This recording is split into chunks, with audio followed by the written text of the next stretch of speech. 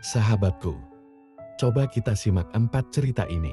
Cerita pertama, saudara laki-lakinya bertanya saat kunjungan seminggu setelah adik perempuannya melahirkan. Hadiah apa yang diberikan suamimu setelah engkau melahirkan? Tidak ada, jawab adiknya. Saudara laki-lakinya berkata lagi, masa sir, apa engkau tidak berharga di sisinya? Aku bahkan sering memberi hadiah istriku walau tanpa alasan yang istimewa. Sore itu, ketika suaminya lelah sepulang dari kantor menemukan istrinya merajut di rumah, keduanya lalu terlibat pertengkaran. Sebulan kemudian, antara suami istri ini terjadi perceraian. Dari mana sumber masalahnya? Dari kalimat sederhana yang diucapkan saudara laki-laki kepada adik perempuannya.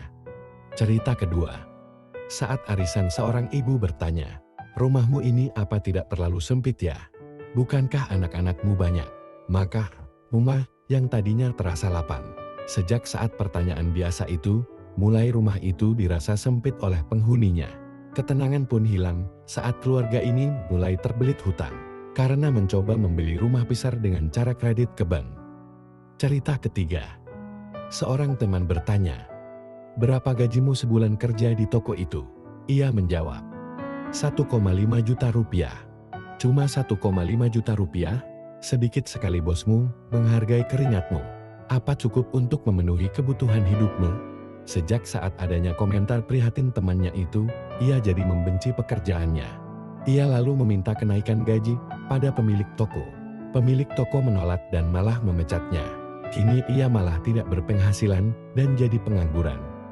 Cerita keempat, seseorang bertanya pada kakek tua itu, berapa kali anakmu mengunjungimu dalam sebulan? Si kakek menjawab, sebulan sekali. Yang bertanya menimpali, wah, keterlaluan sekali anak-anakmu itu. Di usia senjamu ini, seharusnya mereka mengunjungimu lebih sering. Hati si kakek menjadi sempit. Padahal tadinya ia amat lapang dan rela terhadap anak-anaknya. Ia jadi sering menangis dan ini memperburuk kesehatan dan kondisi badannya. Hal ini dimulai ketika ada perkataan basa-basi. Sahabatku, apa sebenarnya keuntungan yang kita dapat ketika bertanya seperti pada pertanyaan-pertanyaan di atas? Yang terbaik adalah bijak dan menjagalah diri dalam mencampuri kehidupan orang lain. Tepat sekali kalau firman Tuhan mengatakan bahwa lidah itu seperti api kecil yang bisa membakar hutan yang besar. Yakobus pasal ketiga, ayat yang kelima berkata, begitu juga dengan lidah kita, meskipun lidah kita itu kecil, namun ia dapat menyombongkan diri tentang hal-hal yang besar-besar. Bayangkan betapa besarnya hutan dapat dibakar oleh api yang sangat kecil. Salam damai sahabatku. Tuhan memberkati. Rehatku, renungan harian sahabatku.